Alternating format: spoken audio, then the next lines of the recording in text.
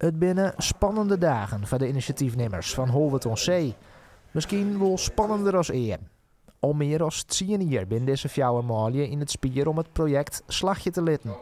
Hoe is de stemming in een dag voor het besluit van Provinciale Steden? Ja, nee, op het moment prima. Ja, nou, het GS-besluit wordt natuurlijk een hectische tijd.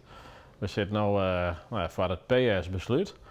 En we zijn optimistisch. Als we de kranten dan wat lezen en we volgen het debat, dan zou er een meerderheid wezen. Blijft politiek natuurlijk, maar we zijn blij dat we dat moment weer hebben, want de werkheid neemt wel toe.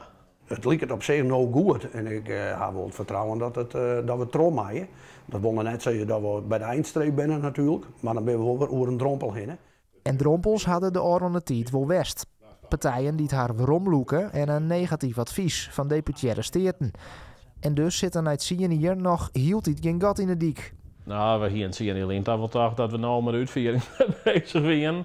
Maar je bent er net 100% van overtuigd dat dingen lukken natuurlijk, want het is ontzettend ambitieus. Heel Nederland, alle grote plannen worden op deze manier maken en alles wordt ik op die manier terugrekenen. En dat gaan wij ook ondergaan moeten. En dat had inderdaad een heel productief kosten. Maar er lijkt nog wel iets wat echt kan. Het project had de libbens van Guamalje in Greven verloren. Zij is Verbeek fulltime aan het werk voor het project. Ja, ik ben van oorsprong supermarktondernemer. Ja, dat doe ik dus al heel lang net meer, want ja, die combinatie is eigenlijk net meer te doen. Ja, het is echt wel een volledige baan. Het is 40, 50 uur in de week, Holwerton C. Maar dat verregent het project. Dit is net iets wat er even in de jonge bij doet. Dat ken helemaal net. Ik ben wel fulltime akkerbouwer. Ik ga inmiddels wel uitvoeren dat het net 100% Holwerton C wijzen kan. Dat gaat gewoon net maar kwam. Ik had ook wel eens een moment dat ik dacht van kappen met die boer, want het had er thuis onder te laaien. Is het echt nog wel realistisch? Ja, dat is het zeker. Dan zien we er natuurlijk ook net met trots zet.